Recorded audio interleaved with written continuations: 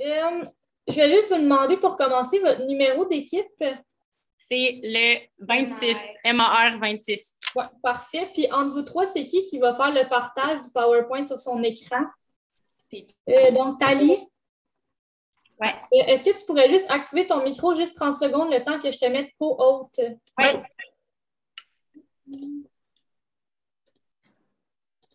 Parfait, tu vas pouvoir le refermer, donc tu vas être capable de partager ton écran. Puis juste avant de commencer, je vais vous lire un peu le fonctionnement de la présentation. Baisse un peu ton angle d'écran après, Coralie. Oui, c'est sûr que oui. C'est juste le temps que je passe. Comment je le mets en marche? C'est bon, ça? On le voit, en tout cas, là, moi, je vois votre PowerPoint. Là. Va-tu bien comme ça?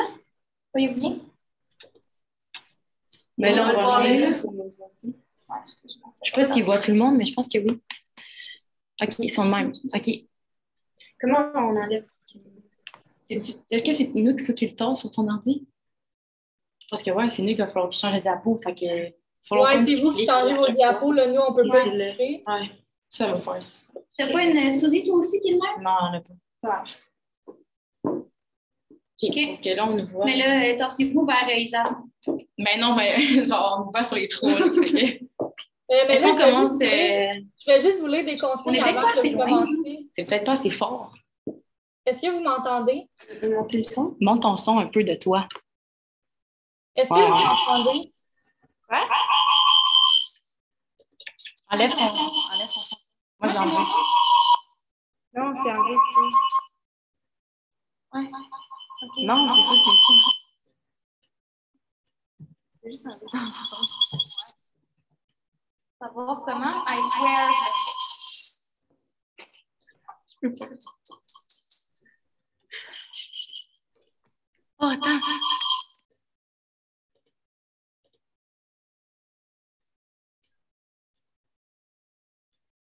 Est-ce que vous m'entendez? Là, je pense que vous, tous vos micros sont fermés. OK, moi, j'ai fermé le mien. Est-ce que vous m'entendez? Oui. OK, donc je vais juste vous lire des informations avant que vous commenciez votre présentation. OK. C'est bon? Oui. Donc, vous avez 15 minutes pour faire votre présentation. Puis moi, je vais écrire dans le chat du Zoom quand il va vous rester 10 minutes, 7, 4, 2 minutes et 30 secondes. Je ne fais aucun décompte de 5 secondes à la fin. Puis dès que vous allez commencer votre pitch, moi, je vais envoyer dans le chat un lien d'un chronomètre virtuel en temps réel. Donc, vous allez pouvoir l'ouvrir sur votre ordi pour voir le temps qui vous reste en temps réel. Si vous dépassez le temps qui vous est alloué de 15 minutes, je vais vous laisser terminer votre phrase, mais ensuite, je vous coupe la parole. C'est terminé. Vous ne pouvez pas avoir de temps supplémentaire. Puis après ce 15 minutes de présentation, vous avez une période de questions de 5 minutes avec les juges en breakout room. Puis j'annonce celle-ci, dans le fond, ce que je fais, c'est que je ferme la breakout room. Il vous reste 1 minute. Vous pouvez prendre toute la minute qui vous reste, puis ensuite, la période de questions est terminée. Si vous êtes en train de répondre à une question à ce moment-là, faites juste conclure brièvement. Vous ne devez en aucun temps dévoiler la provenance de votre cégep sous peine de disqualification immédiate. Puis veuillez, s'il vous plaît, pendant toute la durée de votre présentation, rester dans la caption vidéo de votre caméra Zoom. Puis j'inviterai maintenant les juges à se présenter, puis par la suite, vous allez pouvoir commencer votre présentation. Bonjour à vous, je me présente, je m'appelle Anthony Savoie, je suis un étudiant du baccalauréat en marketing dans l'administration des affaires à l'UQTR. Bonjour, Jérémy Aubé, étudiant en baccalauréat d'administration des affaires, volet marketing également à l'UQTR. Bonjour, Émeric Cosmano-Valois, étudiant au baccalauréat en administration des affaires, profil marketing, également à l'UQTR. Bonjour, je suis professeur de marketing à l'Université du Québec à Trois-Rivières et je vous souhaite une belle présentation. Merci, enchanté. Et moi-même, Jean-Luc Bernard, je me permets, chargé de cours à l'UQTR, à l'école de gestion de l'UQTR en marketing et doctorant à l'Université de Sherbrooke en marketing toujours. Je vous souhaite un bon succès. Merci beaucoup. Est-ce que vous nous entendez bien? Juste pour être sûr que tout le monde nous entend bien. Oui, parfait. Génial. Donc, franchement, j'espère que vous allez bien. Non, il n'y a pas de doute, je pense. Hein? Vous êtes trop loin, on vous entend pas bien ou enfin ça va pas le son. Ouais, je pense que vous êtes trop loin du micro, fait que ça fonctionne comme pas, là. Fait que je sais pas si ça pourrait être mieux là, que vous soyez chacun devant votre caméra, là, ou je sais pas, là.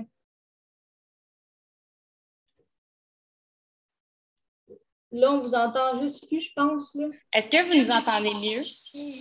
Non, là, ça griche. Enlève juste ton son. Parce que je crois que vous avez 2 micros d'ouverts en même temps, ça se peut-tu? Parce que c'est ça, d'après moi, qui fait des interférences, là.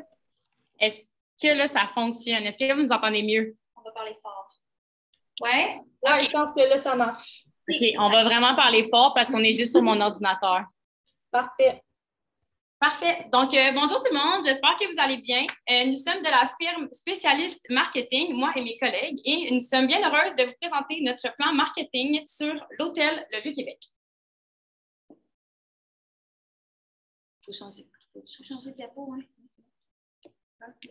Donc, la présentation va contenir le mandat qui va suivre avec notre problématique, puisque après l'analyse de la situation, on va trouver des objectifs en lien avec la problématique et le mandat. Ensuite, nous allons dévoiler la clientèle cible que nous avons découvert après avoir lu le plan marketing, le cas. Ensuite, il va nous avoir les stratégies qu'on a trouvées pour répondre à la problématique, le budget et l'échéancier qui vont s'en suivre pour le suivi et contrôle et pour terminer, une petite conclusion.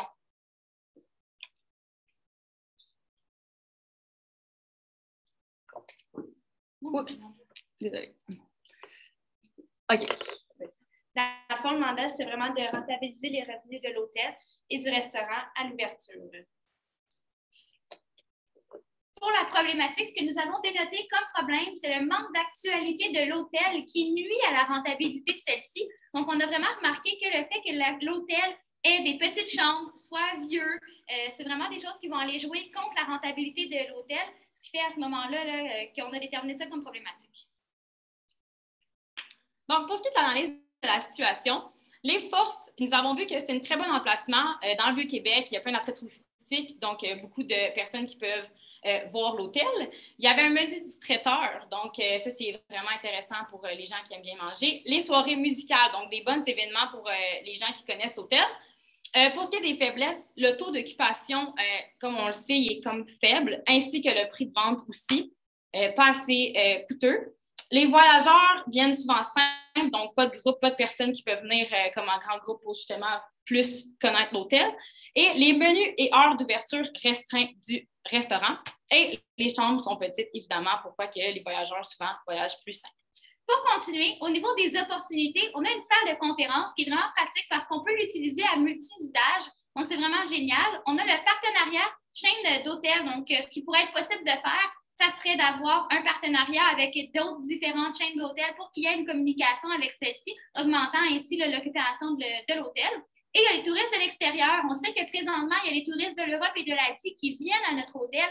Cependant, il pourrait y avoir bien d'autres touristes de l'extérieur, comme nos voisins les Américains, par exemple, qui pourraient décider de venir faire un tour dans le Vieux-Québec et explorer notre bel emplacement. Au niveau des menaces, on a la concurrence. Évidemment, on sait le Vieux-Québec, l'endroit où il est situé, c'est cependant, c'est un bel endroit, mais il y a beaucoup de concurrences qui sont présentes sur le marché. Risque d'incendie, évidemment, on l'a vu présentement dans le cas, l'hôtel qui a passé au feu, c'est un risque qui peut être quelque chose qui se reproduit. Et le COVID-19 qui a ravagé là, les contenus, les revenus de l'hôtel.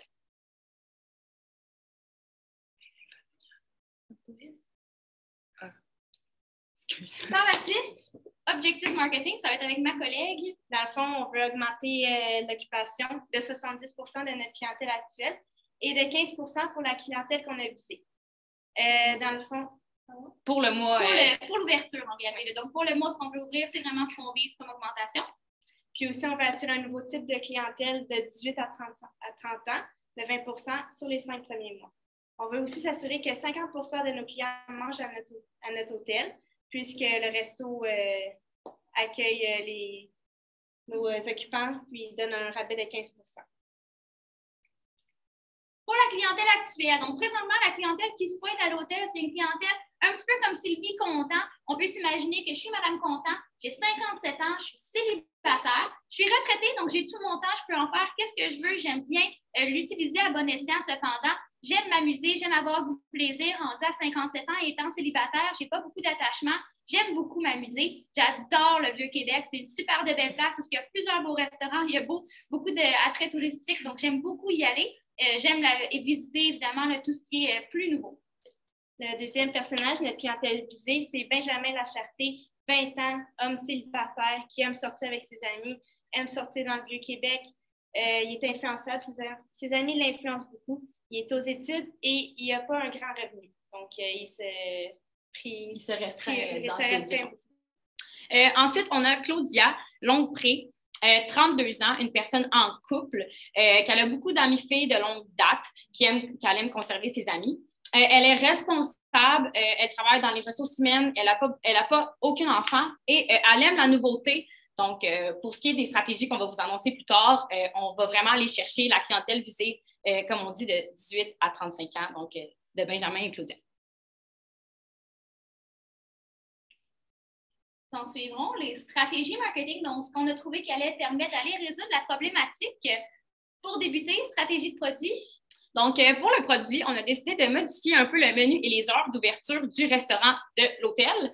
Donc, pour ce qui est des heures, on va ouvrir de 6 à midi le matin, puisqu'on va avoir un brunch pour les résidents de l'hôtel. Donc, un brunch qui va avoir un rabais de 15 alors que quand on fait la location de la chambre, tu vas avoir un 15 que tu vas pouvoir utiliser sur ton brunch seulement ou sur ton souper, mais pas sur le prix de ta chambre. Donc, c'est vraiment important de savoir ça. Ça va inciter les gens à justement aller découvrir le restaurant, notre manque qu'on voyait au début dans notre premier match. Ça va vraiment les maximiser, en fait, les clients qui sont dans l'hôtel. On veut que quand ils sont à l'intérieur, on ne veut pas nécessairement qu'ils aient dépensé leurs sous parmi les attraits touristiques qu'il y a autour. Et on veut vraiment qu'ils dépensent leurs sous le plus possible dans le même endroit où ils sont. En donnant un 15 de rabais, ça va vraiment faire en sorte qu'au lieu d'aller essayer un restaurant différent pour le déjeuner ou pour le souper, 15 de rabais, c'est assez attrayant pour faire en sorte qu'ils déjeunent et qu'ils soupent à notre restaurant. Attends un petit peu. Et aussi, dernier petit point, le souper va commencer à 4 heures et va terminer à 11 heures, puisqu'il terminait à 9 heures. C'était un petit peu trop tôt pour les personnes, de vouloir un peu veiller. Justement, quand tu vas à Québec, souvent, c'est pour voyager, avoir un petit peu plus de plaisir. Donc, je pense que de laisser jusqu'à 11 heures va inciter les gens à venir plus en groupe, de manger et de prendre un bon souper, tout le monde ensemble. Il ne sera pas ouvert sur l'heure de midi, comme vous pouvez voir. On a décidé de l'ouvrir pour le déjeuner et pour le souper seulement. Ça va faire en sorte que pour le midi, ça va être fermé, puisqu'il n'y a pas d'utilité pour nous à ce que les restaurants soient ouverts le midi, puisque les gens vont principalement aller explorer le Vieux-Québec lors de leur visite. Puis aussi, notre stratégie de place, c'est vraiment ça, l'hôtel de son confort. On va y installer, comme un auberge jeunesse, 4 chambres de 10 personnes. Puis, on va vraiment, ici, dans cet hôtel-là, accueillir les jeunes. Après leur tourner au bar, ils vont venir dormir chez nous. Après ça, ils vont aller déjeuner au restaurant. Puis c'est vraiment un concept qu'on va accueillir les jeunes pour qu'ils viennent en groupe dans notre hôtel. On veut vraiment pas terminer l'image de l'entreprise avec ça. Donc, on a pensé à le mettre dans le sous-sol pour être sûr que les jeunes qui vont rentrer tard, qui vont parfois faire du bruit, qui vont être parfois aussi festifs, ne vont pas déranger les gens qui sont à l'étage, qui préfèrent bénéficier de la tranquillité de l'hôtel.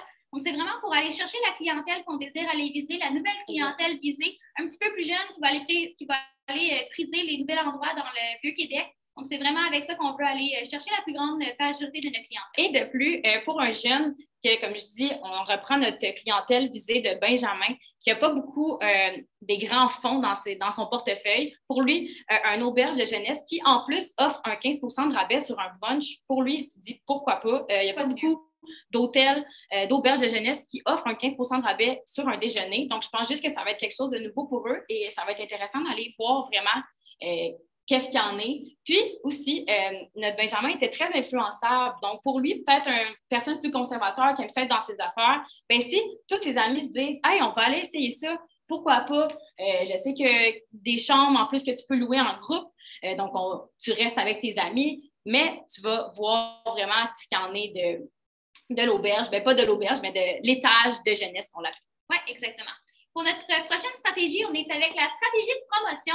On va créer des événements mensuels pour créer un engouement vraiment aller vers cet hôtel-là. Pourquoi je choisirais d'aller à l'hôtel Le Vieux-Québec? mais il va y avoir des événements mensuels à chaque fin du mois. Donc, à la dernière semaine de chaque mois, on va vous expliquer un petit peu plus tard pourquoi on a choisi cette stratégie-là à ce moment-là.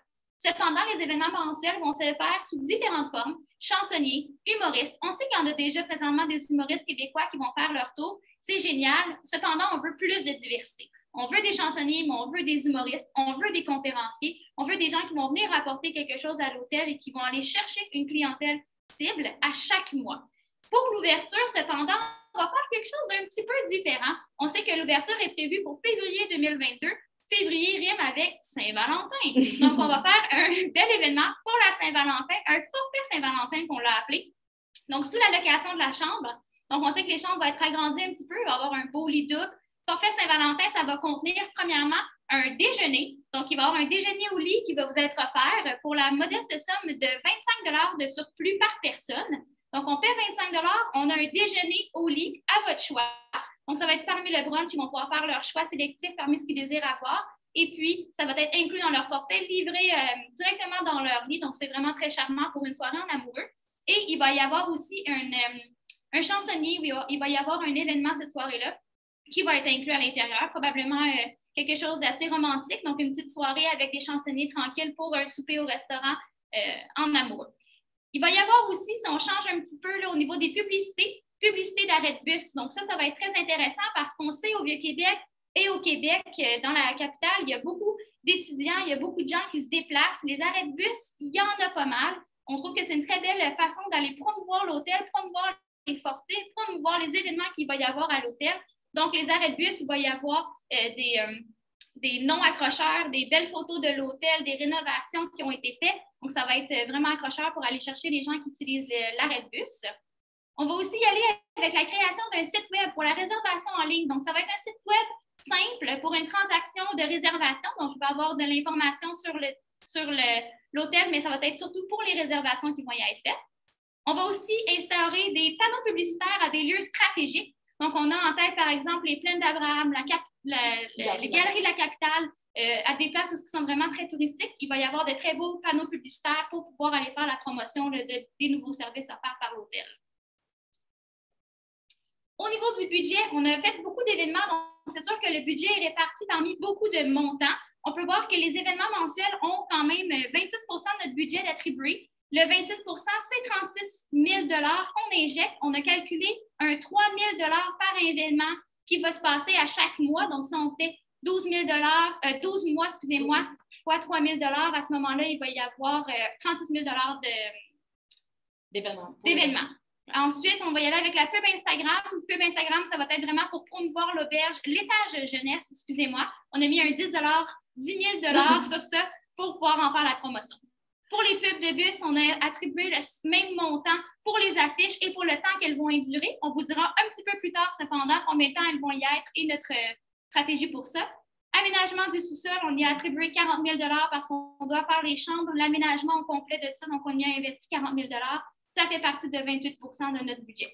Le site web, site transactionnel simple, on a quand même mis 20 000 $ puisqu'on veut faire un beau site simple d'utilisation pour que ce soit autant pour notre génération, les plus jeunes, que pour les personnes qui veulent louer une chambre régulière. Et les panneaux publicitaires qui ont une somme de 25 000 $ pour le temps qu'elles vont y rester, pour un total de 141 000 $ pour notre budget. Pour ce qui est de l'échéancier, dans le fond, il faut vraiment aller intelligemment pour que les annonces soient bien faites au bon temps. Donc, pour ce qui est des panneaux publicitaires, des pubs Instagram, des pubs sur les arrêts de bus et la création du site web va être faite vraiment au début, donc 2 mois avant l'ouverture, la réouverture de l'hôtel, donc en décembre et en janvier. Il va y avoir des pubs qui vont durer tout le long des mois. Pour ce qui est de création de l'événement mensuel, elle va commencer en février, donc au moment de l'ouverture, et va durer chaque mois pendant au moins 1 an, jusqu'à temps de voir si cela fonctionne et ça amène plus de gens à l'hôtel. Et pour les arrêts de bus, pour les pubs, les panneaux de publicité et la pub Instagram, non, pas la pub Instagram, mais pour les panneaux publicitaires, ils vont durer jusqu'à mai, puisqu'on trouve ça non nécessaire de continuer tout l'été. Tout l'été, on sait que c'est la période forte de l'entreprise. Donc, je pense que d'y aller juste avant, ça va informer les gens. Puis pour finir, dans le fond, le suivi contrôle, on a vraiment mis un taux, on va vérifier le taux d'utilisation des réservations d'étages de jeunesse.